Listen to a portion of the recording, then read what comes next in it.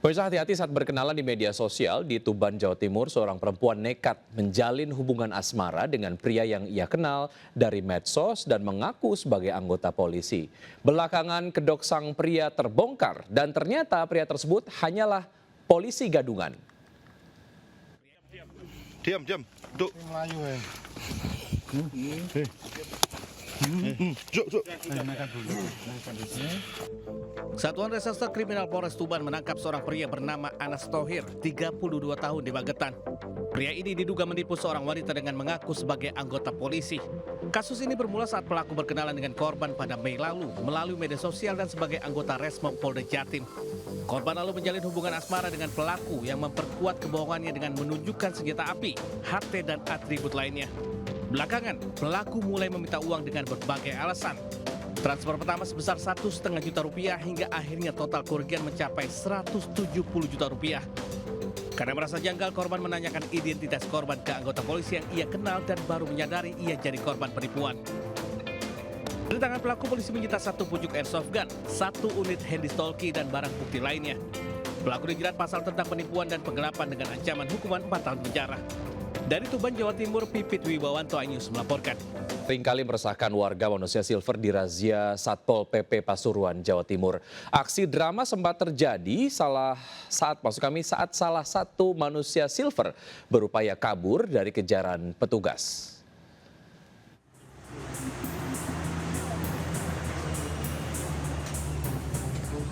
Mendapat banyak laporan adanya manusia silver di sejumlah perempatan Jalan Kota Pasuruan, Jawa Timur, petugas Pol PP Kota bergerak melakukan razia.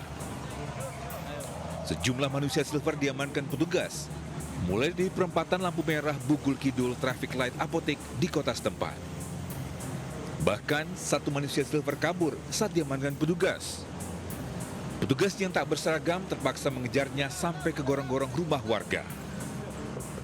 Sementara itu, menurut PLT Sekretaris Pol PP Kota Pasuruan mengatakan, razia ini dilakukan karena sudah ada Perda Kota nomor 4 tahun 2015, di mana pengamen pengemis anjal dilarang beroperasi di fasilitas umum Kota Pasuruan. Rencananya razia ini akan terus dilakukan setiap hari sampai sejumlah pengamen dan pengemis tidak berkeliaran di wilayah kota. Dari Pasuruan, Jawa Timur, Jaka Samudra, iNews melaporkan. Terima kasih Anda masih bergabung bersama kami. Pemirsa, terombang-ambing selama 1 jam akibat mesin kapal mati. Dan kita lihat liputannya berikut ini.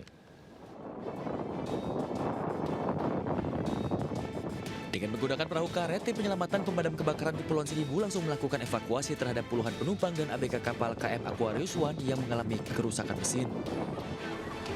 Peristiwa ini terjadi saat kapal penumpang ini hendak mengantarkan penumpang dari Pulau Putri ke Pulau Pramuka. Di tengah perjalanan, mesin kapal mengalami kerusakan hingga akhirnya meminta bantuan evakuasi. Sempat terombang-ambing selama 1 jam, puluhan penumpang akhirnya dapat dievakuasi petugas pemadam kebakaran. Namun kapasitas kapal penyelamat yang terbatas membuat proses evakuasi harus dilakukan secara bertahap. Total 69 penumpang dan awak kapal akhirnya berhasil dievakuasi setelah terombang-ambing selama 1 jam. Usai berhasil dievakuasi, para penumpang dan ABK dibawa ke dermaga Pulau Harapan yang merupakan pulau terdekat. Dari Jakarta, Sofyan Firdaus, iNews melaporkan. Kapal nelayan karam dihantam gelombang tinggi di Asahan, Sumatera Utara. 5 nelayan dievakuasi dengan selamat, sementara itu 1 orang meninggal dunia.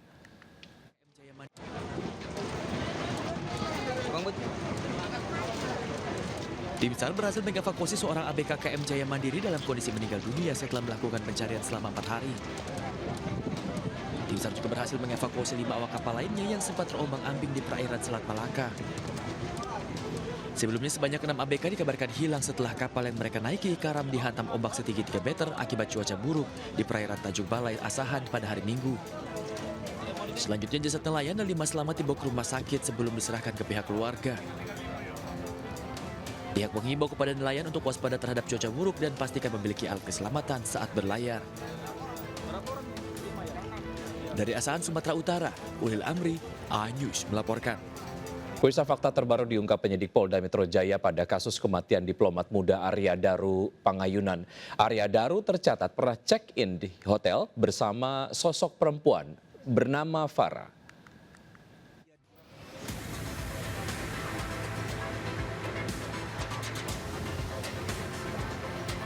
Fakta terbaru terkait kasus kematian diplomat muda Arya Daru Pangayunan diungkap Polda Metro Jaya dalam proses audiensi polisi dengan pihak keluarga.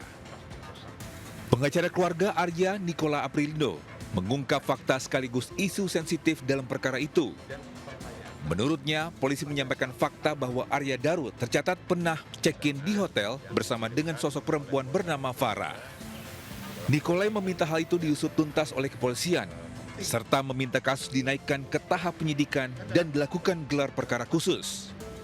Selain periksa Farah, Nicolai juga meminta Polda Metro Jaya memeriksa sosok pria bernama Dion. Farah dan Dion diketahui menjadi sosok terakhir bersama Arya Daru di sebuah mal.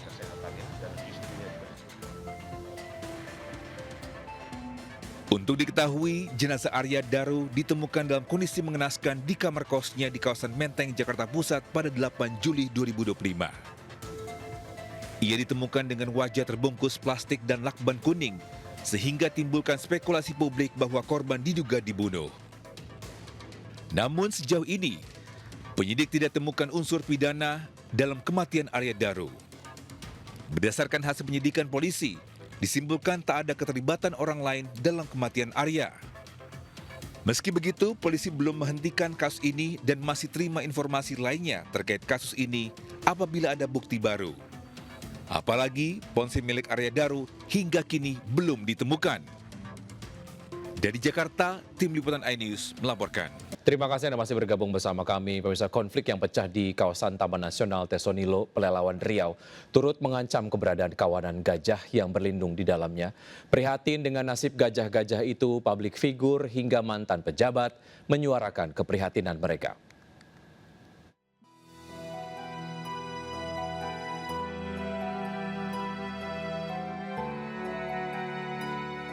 Di balik hamparan hijau kawasan Taman Nasional Tesonilo, kini hanya tersisa sebagian kecil hutan alami. Dari lebih 80.000 hektar kawasan hutan, hanya tersisa sekitar 15% yang benar-benar bisa menjadi tempat hidup bagi kelompok gajah, yaitu seluas 12.500 hektar, yang artinya 90% telah beralih fungsi. Tempat gajah-gajah bernaung kini berubah menjadi kebun sawit hingga permukiman. Bahkan tak ada lagi celah bagi mereka untuk melintas. Hanya tersisa sekitar 150 ekor gajah yang berjuang setiap hari saat ini untuk bertahan hidup di antara celah-celah pohon kelapa sawit. Selama 1 dekade lamanya, Tesonilo telah kehilangan 23 gajah. Kematian mereka disebabkan oleh jeratan pemburu, diracun, hingga kehilangan habitat asli mereka. Keprihatinan atas kerusakan TNTN akibat eksploitasi besar-besaran memantik reaksi publik figur hingga pejabat. Sebut saja aktor Chico Jericho hingga Devina yang mengunggah kekecewaan mereka atas apa yang kini dihadapi hewan-hewan terutama gajah di TNTN. Tak ketinggalan Raja Juli Antoni yang menyuarakan keprihatinannya melalui tautan di akun media sosial pribadinya. Namun demikian, angin segar tetap dihembuskan dari Kementerian Kehutanan RI. Pemerintah berjanji akan segera mengembalikan kehijauan Tesonilo dan menggiring gajah-gajah itu kembali ke dalamnya. Tesonilo seharusnya menjadi benteng pertahanan terakhir bagi gajah Sumatera. Namun, perambahan tak terkendali serta kepungan kebun sawit kini telah menjadikan rumah si penjaga keseimbangan ini runtuh perlahan. Tim Liputan iNews melaporkan. Kami akhiri jumpa kita siang hari ini. Saya Wiki Adrian bersama tim yang bertugas undur diri. Tetap semangat dan sampai jumpa.